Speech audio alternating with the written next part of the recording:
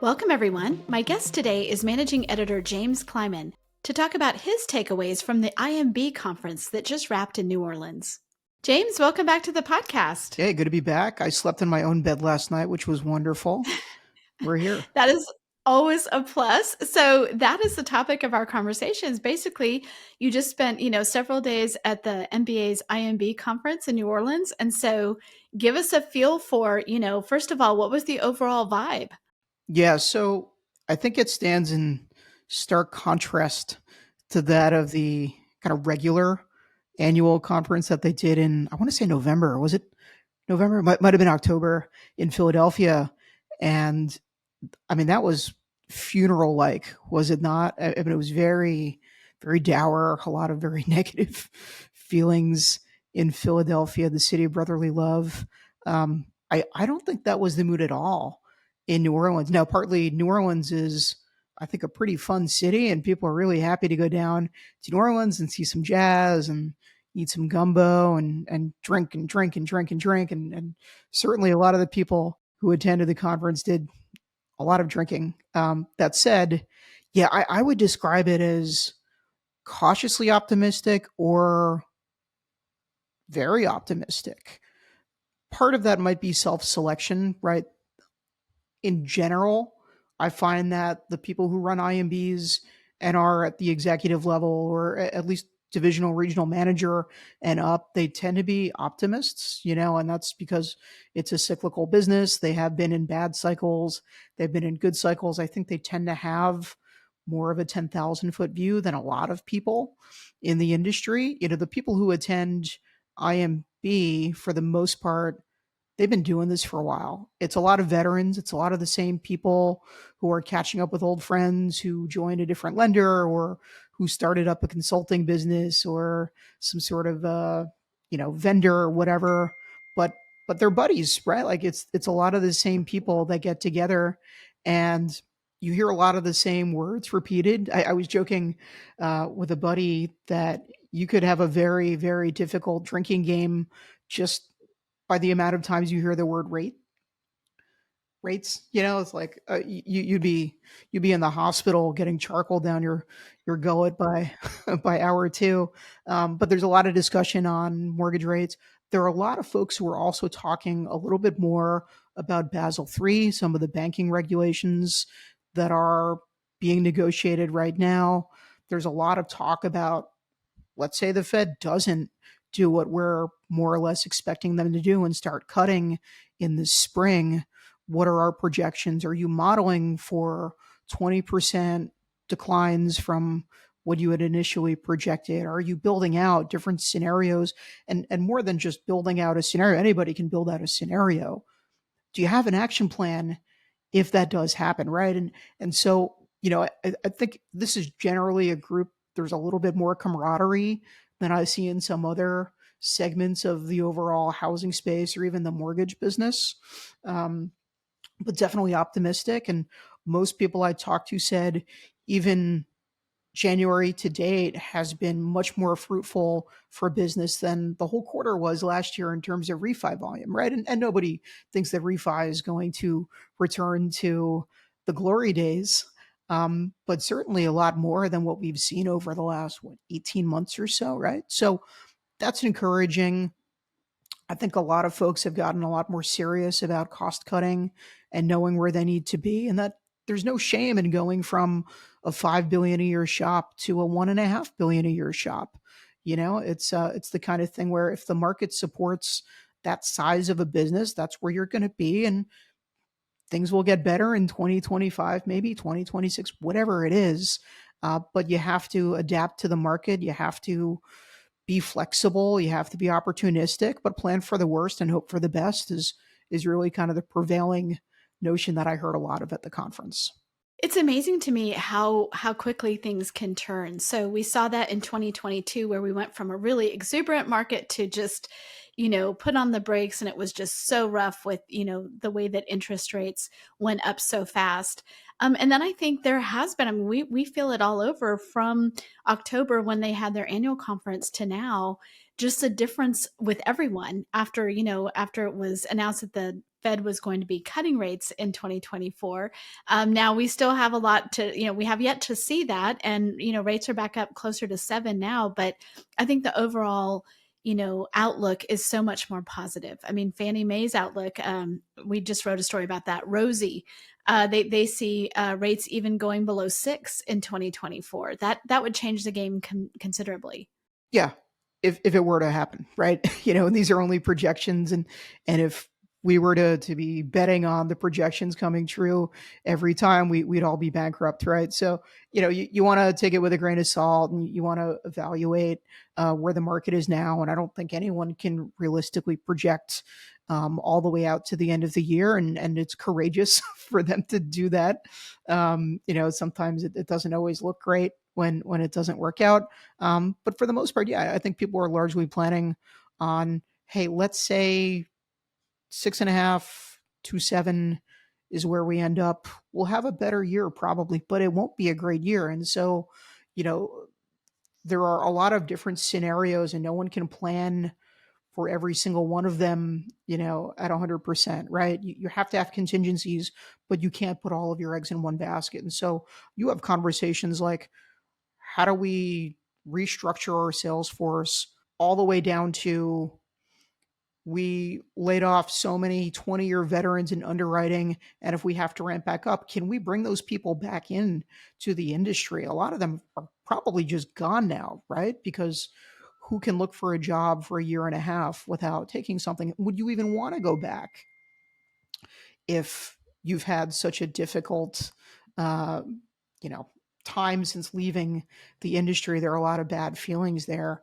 And then, there were some more systemic, I think, issues that were discussed. We had a lot of panels about what to do before the CFPB examiners come. That compliance is really about data, and it's not about creating a spreadsheet and just making sure that people say the right thing. It's about knowing how to track where you are and making sure that you are not inadvertently committing violations on redlining matters, or that you're not discriminating. Again, I don't think anyone is setting out to do it, but it does happen. It absolutely does happen. And so you have a lot of people now who I think are starting to look at fundamentals. There are a lot of questions about LO comp, and my reporting partner Flavia Furlan Nunez and I reported out in December what we call the bucket game, right? Which is, essentially LOs are taking lower comp by lying about the source of the lead, and the lenders are either ostensibly supporting it or endorsing it and running it as a business model unto themselves. And we heard that the CFPB, there was a representative of the agency there, and he acknowledged that this is something that is happening, and they are looking into it. Just because you don't hear about enforcement actions doesn't mean that they're looking into it. And but that's it. We don't expect to see any major changes to the LO comp rule. We don't see any big shifts there. But I think when you look at the numbers, it's at least worth the conversation. And Garth Graham, he does a lot of M&A work at Stratmore Group. Really, really smart guy, and he looks at the numbers. And so when he was in LO back in the day, I don't know exactly what day it was, but some time ago, he says, I got paid 50 bips as an LO way back then. And if you look at how much we paid the average LO in 2010, and let's say you indexed it to inflation, we'd be paying them $2,000 to $2,200 less than what we do now. And the reason is quite simple. It's because we're indexing to property values, right? We're not indexing to another sensible measure. We are just looking at, okay, you're getting paid X amount of basis points on a home that has grown 30% in value over the years, right? And so we look at, hey, why is it so expensive to originate a loan? Why do we have an affordability problem? If we're honest about it, that's a big part of the reason. We are paying a lot of loan officers a lot of money. Now, to me, that says there should be a bigger conversation about the comp issue in general. And so if you have LOs who are looking at the math and saying, well, if I take 50 basis points instead of 125, or, in some cases more, maybe that's actually good policy, right? And just because the letter of the law doesn't support that doesn't mean that there's that it should be painted black, that there's a problem with doing so, right? There are all kinds of laws out there that maybe were from a zealous advocate at one point in time, or were, not intended to be what they end up being. So I think it's a conversation worth having. It did come up quite a bit because the IMBs are the ones who are really dealing with this sort of thing. And it's still a tough business for them. That the margins remain very small. They've gotten a little bit healthier. We still see a lot of consolidation. I mean, even if you look at the loan officers themselves, we're down to about 80,000 loan officers, and that's just based on the presumption that they're doing one loan a month, right? That's hardly a career. That's it's tough to sustain if you're doing one deal a month, right? And so you have a lot of LOs that are still there and still not doing anything. And that's way down from the high of what, probably about 140,000, 150,000. So that does mean that there is going to be some M&A, and it hasn't quite hit as hard as I think a lot of the folks who specialize in this were expecting. But rates came down sooner than anyone anticipated. And so from what I heard from people who work in this space, is definitely some owners who are on the fence are now thinking, we could probably stick it out. We can probably make this work. We can just get by. But obviously they're going to need contingencies, and they're still having some conversations. So it's still a tough space. Still a lot of fundamentals that aren't solved yet. But it's an optimistic crowd by nature. It is. So, speaking about the LO comp practice, so yesterday we had a webinar, Flavia and I did, with Troy Garris, who's the co-managing partner at Garris Horn, who Yeah, was Troy's great. one of the sources for that story that you guys did. And wow, so we held that for our HW Plus subscribers, and he outlined what could be the penalty for these sorts of practices, and it is stunning.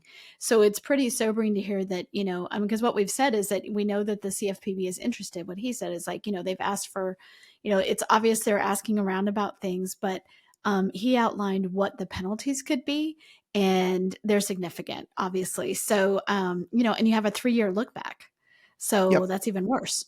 Always with mortgage compliance, you have to think about, it's not just today, it's what happened in the past, and who's going to come in and be interested in a look back, and that's already happening.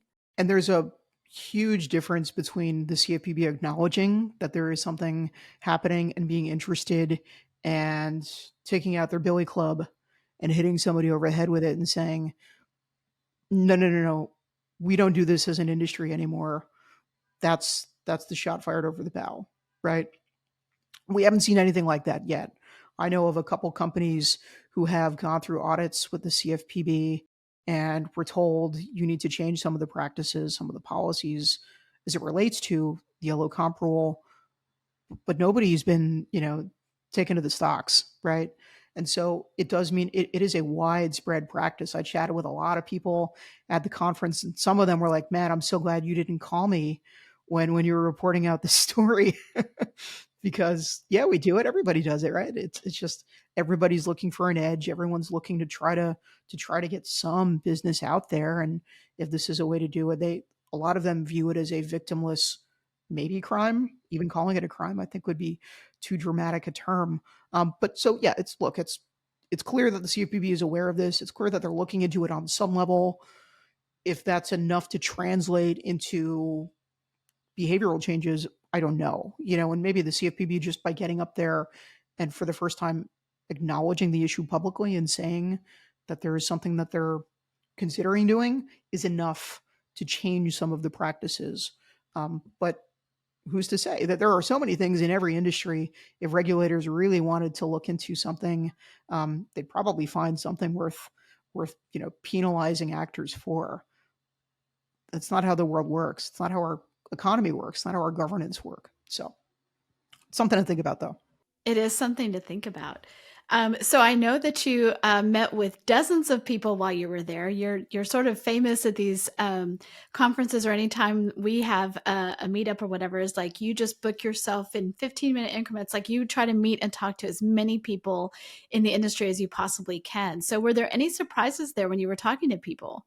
There were a lot of surprises. What surprised me was how many of these are mostly mid-sized lenders, mostly executives or fairly high up. They're in strategic roles. How many of them are thinking about expanding and getting bigger, and wondering how do we prioritize growing the right way?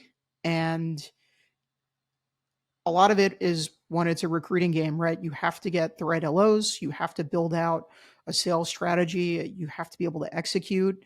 Um, but also, do you get an underwriter who's been out of the game for a couple years and try to convince them to return to mortgage? Do you deploy precious resources in something else? Do you now do servicing, right? So many of these IMBs have been selling servicing and just to keep the lights on. And a lot of them are talking about, should we retain servicing? Yeah, we probably should, right? It's a good hedge, and it also protects to some degree, from having a loan get spun out to Rocket or Mr. Cooper or Freedom or some of the big aggregators that are really kind of purpose built to do this sort of work. And they're thinking about how to build out a servicing arm now. Some would argue it's too late. That loan is, the industry average right now for IMBs retaining servicing is about 20 to 30%. And so that means more than two-thirds, three-fourths of the customers that you have in the database, when they do refinance their loan, are not going to go to you. And there are some pretty sophisticated, smaller, mid-size actors that perform much better than the average. But we're talking about an average. There are a ton of them that barely do any refi business, even if it's in their own portfolio, right? And they should have the advantage. They should have a mechanism to get that loan into the pipeline, and they just don't. And so that does mean that the Rockets and Freedoms and Mr. Coopers and PennyMacs and Lakeviews of the world are at a real advantage when we do get a little bit more refi biz. I don't think refi is going to come back strong this year, even probably next year. Um, but it's big business. And look, even if you're, let's look at the other side of it. Let's say you look at your own portfolio and you say 70%, let's just throw a round number out there, 70% is our pull through rate. When we get an application to what we're funding, if we can get 10% better, like one, let's figure out why we're losing out on 30% of the loans. What happened in that process? Did we get beat on price later in the loan cycle when the LO got chopped, as we call it? Or did something hit with appraisal? Or was there a snag with title? Or, there are so many reasons something might not work out. Maybe in underwriting, they can't verify an income source, or the address doesn't look right. Again, there are a million things. But if you as an IMB get even 10% better, and that pull through rate goes from 70% to 80%, suddenly you're profitable, right? And that makes a world of difference. That allows you need cash to survive in this industry right now. You need liquidity.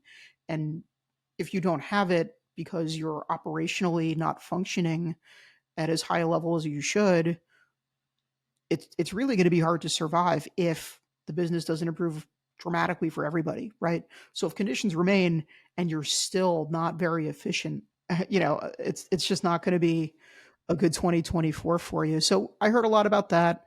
Um, I heard a lot of people talking about how they expect much more movement among LOs in 2024 and 2025, which is something that I've been hearing pretty consistently for the last couple of weeks. I've been doing some reporting on it and really just looking at, why did we see such little movement in 2023 among top producers? Well, the first part of that is, in general, the top producers don't move as much. I'm talking the 100 million plus club. They just don't move that much because they have a good thing going, right? They have all the support. They have a business that is functioning, that is repeatable. They're obviously treated well enough at their company. And then the second part of that is just you don't see the signing bonuses in the seven-figure range anymore, right? So the top producers just don't leave very often. There were only 5 in 2023 who are self-sourced loan officers who joined a new company, and 4 of those 5 joined Cross Country Mortgage. You look down in the lower trenches, not lower, these are all top producers, right? I'm talking the 75 million to 99.9 million range, and it's similar. There were 6 or 7. I have to check the math. But again, same deal, right? They have a good thing going. And then you look at the 25 to 50, and there's a lot of movement there. And then the 15 to 25, even more movement. And so that's really where you start to see sort of the upper middle producers that are doing solid business, but they didn't leave as frequently in 2023 as they did in prior years. But the contracts they signed, in most cases, 2020, 2021, they have an extension, right? They're going to be locked in for a couple years. A lot of those contracts are due this year and next year. And if the market does improve, as many of the folks at IMB predicted, they'll have more liquidity where they can recruit. And look, this business has always been fundamentally a recruiting game. It's a sales business. You need good salespeople. You need people who can self-source, right? Or you're so far ahead on AI and other lead gen tools that you have a different model. And but that's for the most part not really that's a conversation we'll have maybe, Sarah, in 5 years, right? Not today. So and there's a lot of talk about AI. There's a lot of talk about how to use AI as a tool for certain customer interactions, for cleaning up your own database, for being more efficient with your own time, looking through all of your emails and telling you which ones are a priority when you get back from vacation. It's stuff like that. It's not the sexy stuff. It's not sort of the fantasy that people have when they think about AI and they think about, what was that movie with Tom Cruise, Minority Report, with the precogs that can predict the future crimes that are going to happen, and they stop it in the moment, right? It's not nearly as sci-fi. It's actually fairly boring, but boring is good, right? Boring creates efficiencies, and you're definitely seeing it a lot more in some of the kind of the ancillary counterparty spaces. So they're going to be doing some really crazy stuff with AI in the appraisal valuation space. They're going to be doing more of it in title eventually. I still think they're a little bit behind on that, but there were some really interesting conversations about integrating AI as a part, of your toolkit. And I know a lot of top LOs who already do it and have developed sort of the underlying systems where you have a prompt and it just reliably always hits that prompt, and there's not much risk there. But if you're not good at developing a good prompt, there's not much use in the tool, right? So it's definitely a space that everybody's really excited about, and I think we're just going to hear more about it at every conference we go to over the next couple of years. I also think that, again, sometimes you could have an individual, maybe at a very small shop, even a mom and pop shop, who is up on their AI. But it's one of those things that I wonder if it's much more prevalent, when you have an entire team of people, when it's a bigger company, and someone's there to, like, they're either, from a company perspective, they're like, hey, this is how you can use it to basically have a virtual assistant, or this is how you can use it in prospecting, versus you're just there at you're at a mom and pop shop on your own. Do you even have time to dig into, like, how do I do this and make it something that really adds to my day? And I think it's just always that the smaller shops can be disadvantaged in that way, just in the sense of, like, they don't see someone else doing it. Someone from on high hasn't already invested the time to say, hey, this is how you do it. But maybe that's why they go to IMB and others, is to really figure out what's going on, right? Yeah, and to that point, I think sort of a related angle here is just the idea of social media and being able to leverage the strength of those network effects and actually do business with it. We're not just talking the kind of wrote like, oh, I put a post up on Instagram and I told people that I'm really good and I'm a mentor and I'm here to be their lifelong, mortgage partner or whatever. It's that's not how you do it. It's about being consistent. It's about having an authentic voice. It's about showing up where people are. It's not about going up there and telling them what the rates are that day. And, it's not a rate sheet image platform. It's different. It's talking to people. It's being useful. It's making connections with realtors. And, there were some really smart people up there. Greg Scher, who runs a division at NFM. It's basically like an influencer or social media division. They do real, legit, no joke business from TikTok and other social mediums, getting people from wherever across the country who see the content and say, oh, that's a really good plan for saving up to buy a house. Or I didn't know that about the USDA program, for example, and I live in a rural area in Nebraska. And, I could leverage this into getting a home, right? And they don't know anybody. They don't know a loan officer. They might not even know a real estate agent, right? And so in that respect, they start with Greg and his team, right? And that's a really, really, really smart approach, but not everybody can do it. You have to have the discipline.